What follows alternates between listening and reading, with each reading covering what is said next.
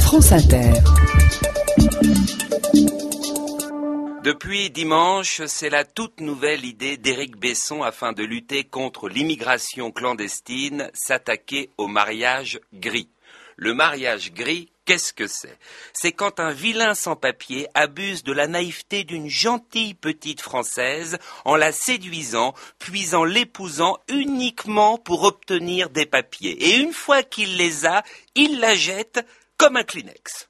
Le mariage gris, faut faire gaffe, ça peut arriver à n'importe qui. Vous êtes française et célibataire, demain vous allez innocemment déjeuner dans une brasserie parisienne un peu chic, où la plupart des plongeurs et des cuisiniers sont des sans-papiers. Au moment d'aller aux toilettes, un bel ivoirien sanglé dans son tablier vous lance avec son sourire ultra bright. « Bonjour ma gazelle, ça va aujourd'hui? Ça gaze ?» Vous lui répondez « Vous êtes cuite !» Vous pensez qu'il est amoureux, Bamboula? Pas du tout. Il veut un visa.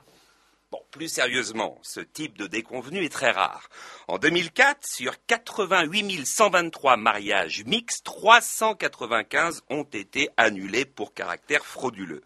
En disant vouloir s'attaquer au mariage gris, Éric Besson vise, l'air de rien, le mariage mixte, première source d'immigration en France.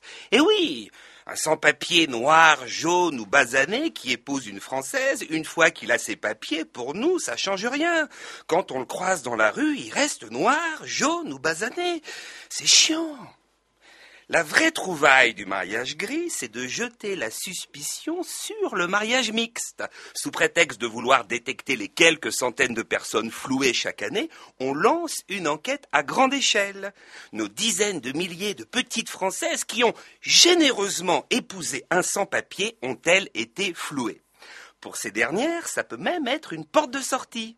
Imaginons qu'un beau matin, Julie se soit lassée d'Ahmed, le sans-papier qu'elle a épousé il y a 5 ans.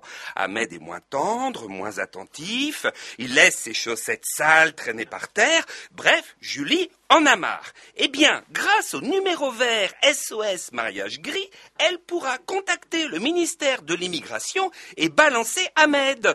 En 2005, il l'a séduite de force, elle ne voulait pas se marier, depuis elle vit l'horreur. Ça peut même être un moyen de pression, de chantage. Ahmed, tu fais la vaisselle, tu débarrasses et tu descends les poubelles.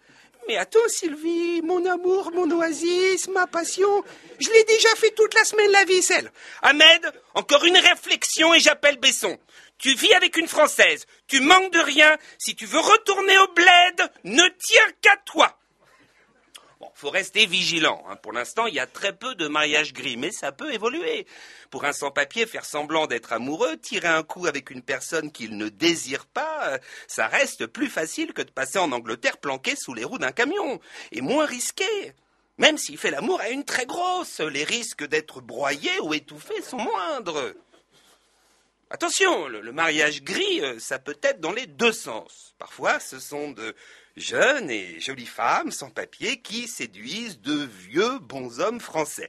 Il paraîtrait, c'est une info de la presse People à prendre avec des pincettes. Ça peut être faux. Attention, il paraîtrait qu'Éric Besson serait avec une jeune Tunisienne de 22 ans.